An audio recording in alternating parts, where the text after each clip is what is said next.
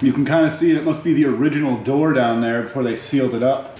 Oh, it looks like an animal dug up some ancient sunglasses from the 1790s. Look at this is ridiculous. She's a hardy lass!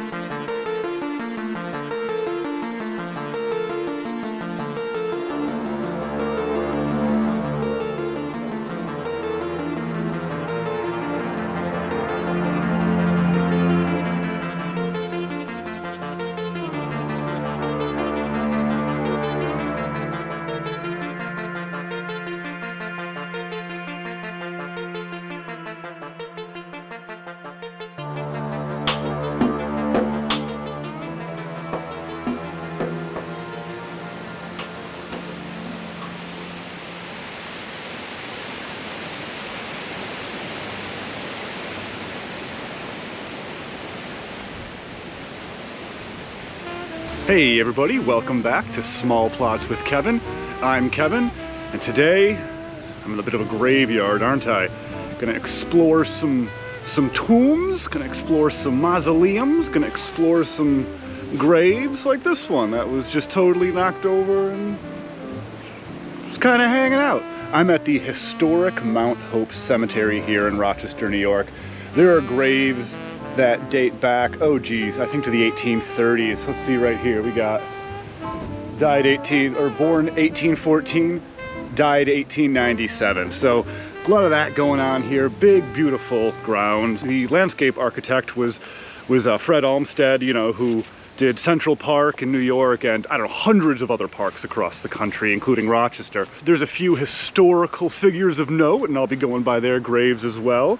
Pre-apologize in advance, I'm going to be fighting with the wind this entire video. I have to strike a balance between not getting, you know, blown out by the sky like that and standing in the direction for the wind not to hit the mic. So I pre-apologize for that.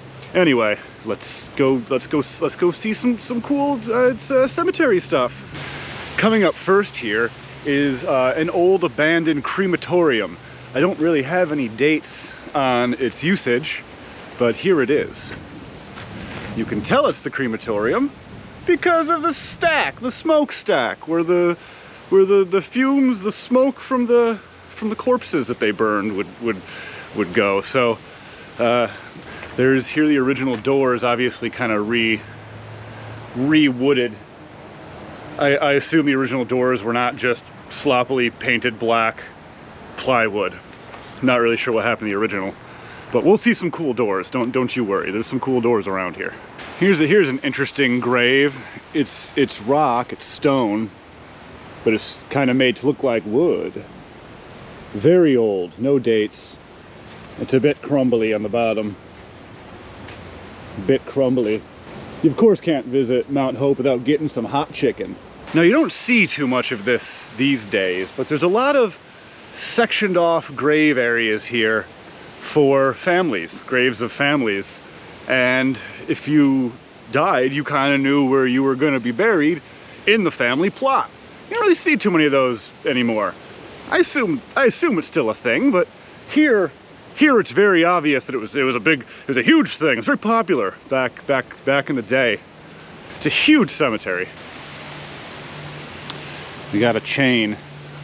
Looks like they don't want anybody going up these stairs. We're gonna have to find a way around, I guess. What do you think? We're gonna have to look inside here, right? Oh geez.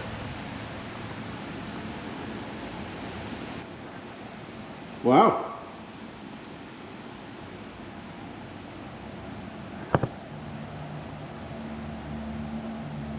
Very interesting. Let's try some other ones here. These are the back windows. We have some thick glass there. Oh, here we go. Here we go, another one that I can't really see in. Oh yeah, there we go. You can kind of see it must be the original door down there before they sealed it up. That's my guess. I can't see the date, but I think it might say 1902, died 1902. Not really sure. All right, this one looks a little newer, and it's maintained by Bosch and Loam, who you may know. Oh, look, it's William Bosch of Bosch and Loam. That Bosch and Loam? Bosch and Loam? There he is, Mr. Bosch. One of the things that I really love about this cemetery, other than the history of all the people that once lived, is this is kind of, I mean, this is an untouched part of nature ever since the 1800s here in the city. So you see trees, different variety of trees that you may not see elsewhere. I'll try to point them out when I see them. There's that little area down there that we couldn't actually walk up to. There it is. Don't worry, I'm not gonna go check out every single mausoleum. There are hundreds here. But this one's just kind of interesting. It's a big, it's almost like an area here. We have a couple of other graves down here on the ground. And then this monster here. No chance of getting in there. Just a big, just waiting for it to fall the other way.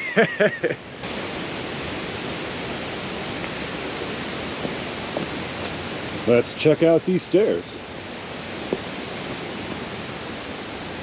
John Wells?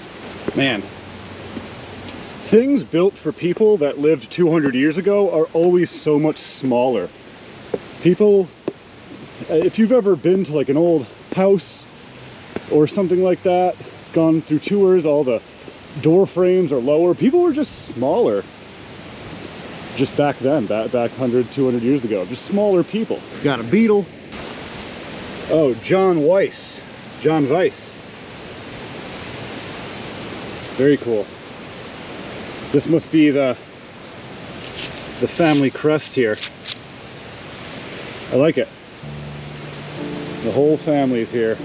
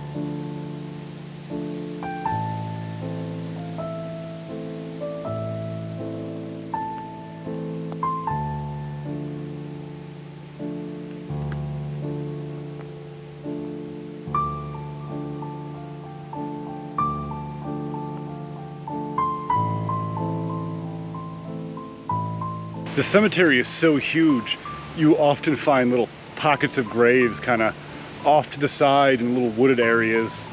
And this is one such small grave plot here.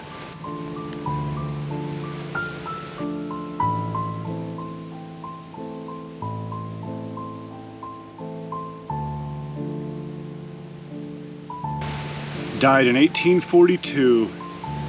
She was almost 31 years old.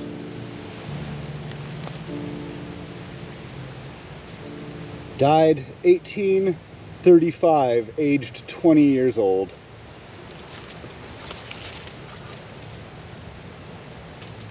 I can't see, it almost looks like it says 2 years, aged 2 years. Wow, this family knows tragedy. And there's Mother's grave. Here we get somebody that passed away in 1828. That's 10 years before Rochester was incorporated as a city. It was a village known as Rochesterville, a settlement essentially along the Genesee River. Yeah, they never got to see Rochester become a full city.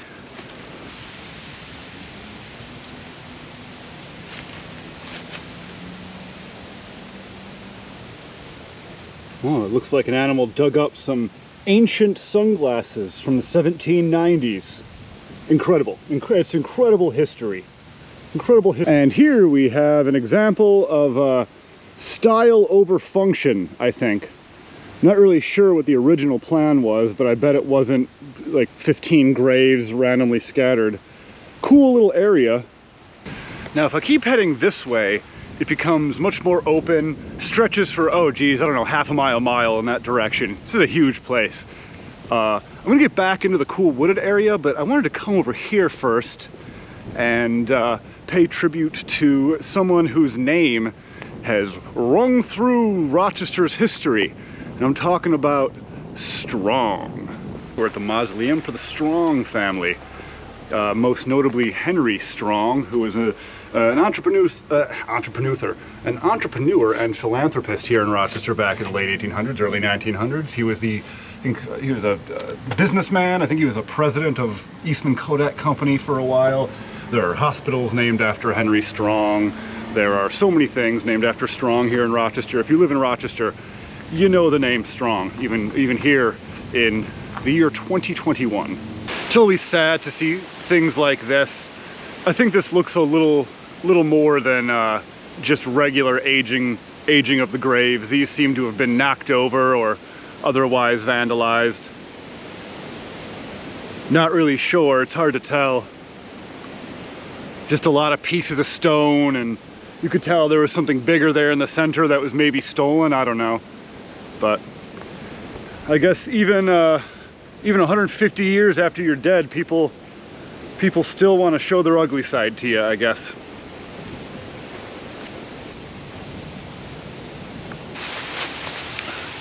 Graves like this always make me really sad. Our baby, 1 month old, didn't even have a name. Probably disease, you imagine. I don't know. This one says 4 months, but there might be a year before it. I can't tell. Either way, baby graves. Life was seemed a little more harsh back then. A lot more disease, a lot more things that threatened your life on a daily basis. And when you go to old cemeteries like this, it's never more apparent. Look at these steps. That's what I'm talking about. These things are tiny. Was this the size of the foot of a man? Were those at one time adequate for the foot of a man? Some really old graves here next to a stump on the top of a hill. You imagine at one point maybe one of these people were like, it's my dream to be buried on top of the hill under the tree where I can watch my city grow. Yeah, probably not.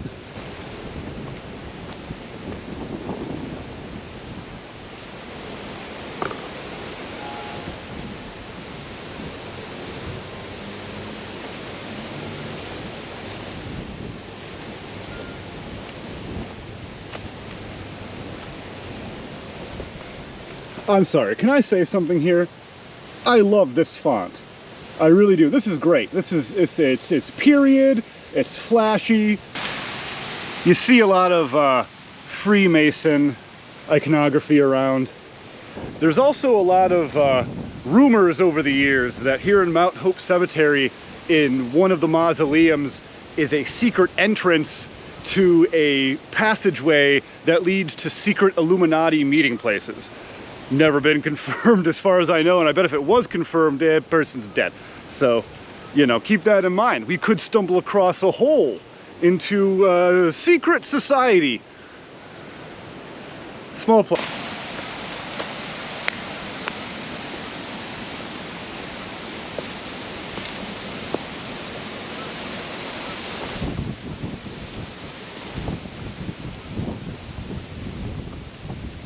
Oh, the wind's picking up. Oh, the wind's picking up.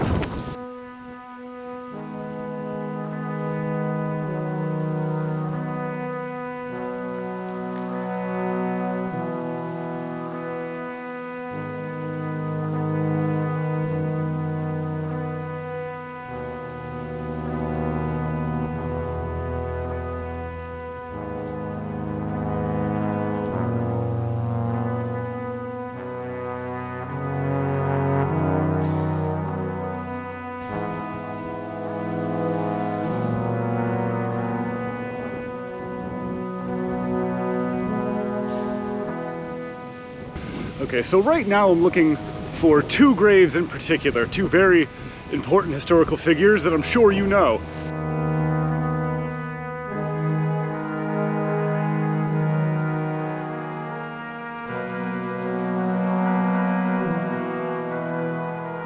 The first grave of historical importance for the nation that I wanted to come across is Susan B. Anthony. Anyway, one thing that always strikes me when I go to Susan B. Anthony's grave is how humble it is for a person that has such a significant impact. I mean, well, you'll see what I'm talking about. Susan B. Anthony, the women's suffragette. On important like voting days and things, people will come and put their "I voted today" sticker on her grave. And so what the cemetery has been doing is they put like a plastic shield over it, so people put the stickers on the plastic shield. Very cool. Respects to Susie B.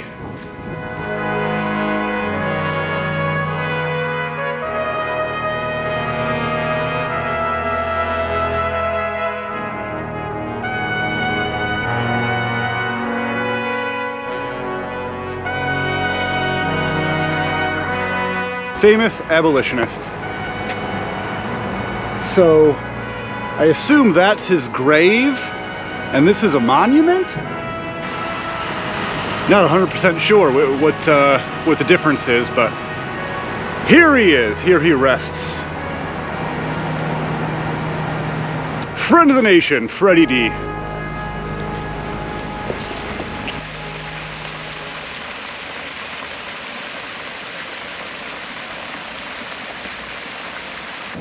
Some of these steps again. Look, this is what I'm saying. Like, this is my foot on it. Granted, I have, you know, size like 14 shoe, but still. Look at this. This is ridiculous. This is one of my favorite graves over here. Talked about Bosch and Loam earlier. I'm not really sure why this is separate, but here we go. Not sure who's buried where, if it's in the mausoleum or here. But I love this because it's kind of in this secret little area. Let's go.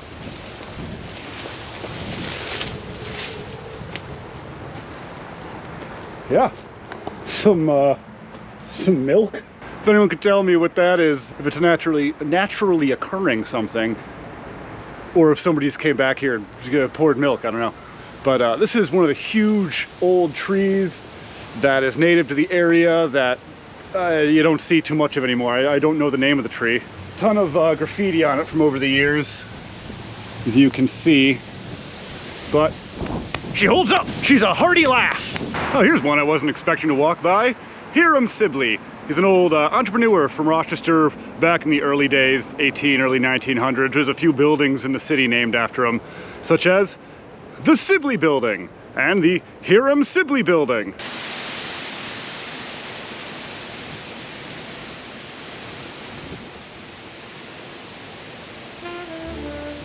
Well, that was literally a small portion of this cemetery. I walked around, I don't know, maybe a third to a half of it. It's huge. There's a ton more well-known names, family names, people of historical significance. So if you want to see another cemetery video, just let me know. Kind of in this little porch of a mausoleum here, getting blocked by the wind. Thanks for watching, everybody. This has been Small Plots with Kevin. I'm Kevin. Don't forget, new episodes of Small Plots every Tuesday, 6:30 p.m. EST. We do camping, we do stealth camping, we do stuff like this. Anyway, would love it if you'd subscribe. Would love it if you popped a little like. would extra love it if you popped a little bell, and I'll catch you on that explosive diarrhea next to you. Mwah. Thought I had lost it. My favorite tree in the cemetery. Look at this thing. There's no way the camera's gonna be able to show its size. It's a copper/purple beech tree, according to this thing. Whoa. Definitely not sidewalk friendly.